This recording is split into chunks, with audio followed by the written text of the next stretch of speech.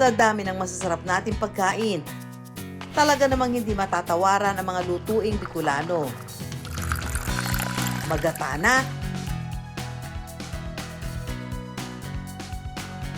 tila naglalagablab pa sa anghang.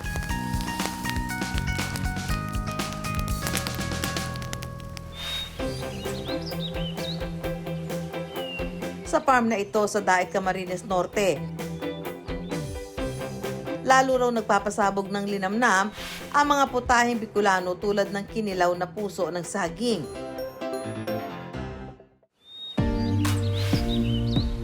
Ang lahat ng sangkap nito, sila mismo ang nagtanim.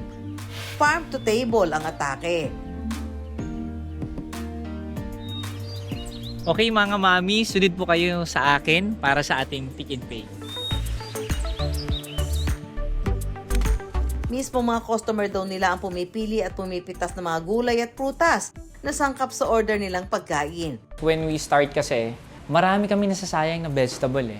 Tiningnan namin on the sides na what we can do dun sa mga natatapon ng mga vegetable. Mag-put up na kami on a formality na magkaroon talaga ng restaurant. Masarap mamulot sa farm ng mga sariwang gulay.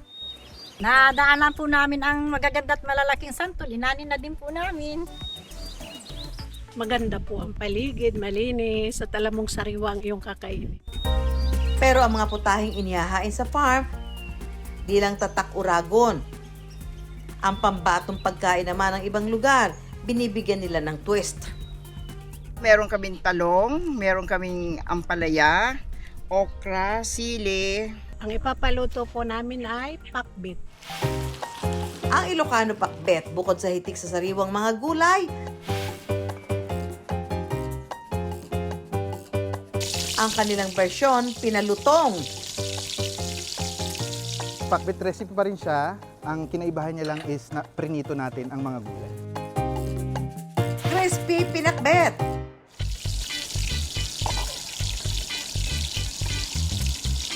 Partner daw ito ng kanilang Sugpo del Mar sa gata.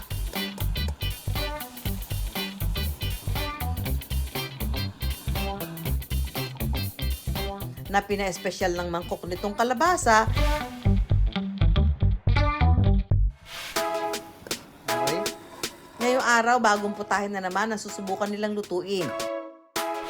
Ang pambato ng mga Kapampangan, asadong matwa.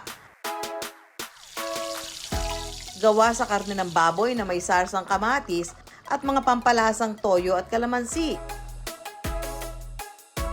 Karaniwan itong handa sa fiesta at mahalagang okasyon.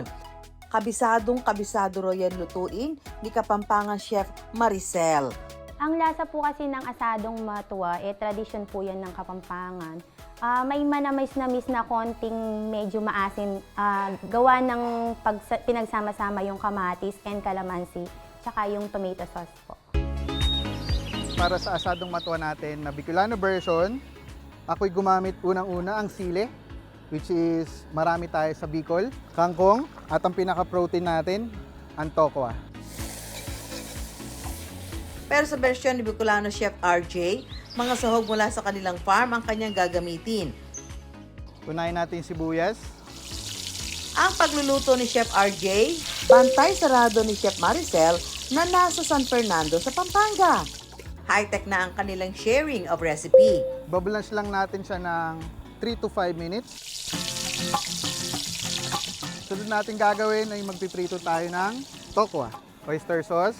Ang sarsa naman, gagamitan daw ng mga OG pampalasa ng asadong matwa. Meron tayo ditong cornstarch. Dito sa version ko, wala siyang patatas, pero ang lasa ay typical pa rin na traditional na matwa. Pagsasama-samahin lang ang sangkap, Lagay natin yung pritong tokwa. Asadong tokwa sa ibabaw.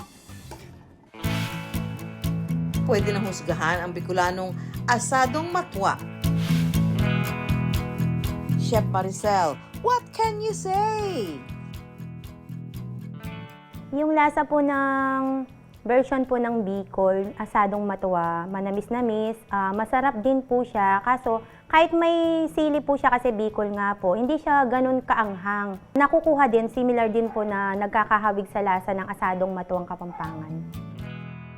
Pag sa pagkain kasi, lahat nagkakasundo. May kanya-kanyang kwento, may history tayo kung ano, saan nanggaling, paano yun niluto. Doon po nagko-connect dahil sa panlasa, pag nagustuhan, nag-e-enjoy sila sa pagkain at nasasarapan po.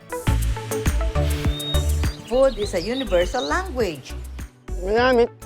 Masarapon. Sino ba naman ang hindi magkakaintindihan kahit wala ng usapan? Basta masarap ang pinagsasaluhan.